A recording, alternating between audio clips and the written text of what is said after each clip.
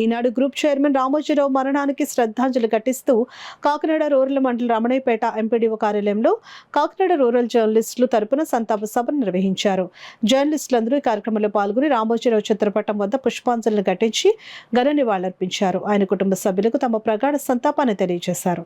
అంతేకాకుండా కృష్ణా జిల్లాలో ఒక రైతు కుటుంబంలో పుట్టి చిన్న స్థాయి నుంచి ఉన్నత స్థాయికి ఎదిగిన వ్యక్తి ఎవరైనా ఉన్నారంటే అది రామోజీరావు గారు. పత్రికా రంగంలో ఒక విప్లవాన్ని తీసుకొచ్చింది ఆయనే. ఒక పత్రికా రంగంలోనే కాకుండా సినీ రంగంలో కానీ వివిధ రంగాల్లో కూడా ఆయన ఉనికి చాటుకున్నారు.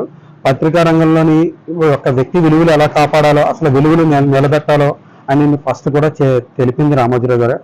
ఒక సిద్ధాంతాలని ప్రతి జర్నలిస్ట్ తీసుకుని ఉన్నత స్థాయిలో ఉండాలని కోరుకుంటున్నాను. మా రూరల్ జర్నలిస్ట్ అందరూ కలిపి ఆయనకి ప్రగాఢ సంతాపం తెలియజేసాం.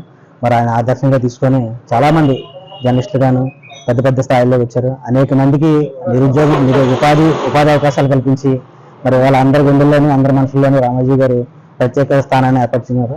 ఆయన ఆత్మశాంతి కలగాలనేసి మా జర్నలిస్టుల తరఫున కోరుతున్నాం.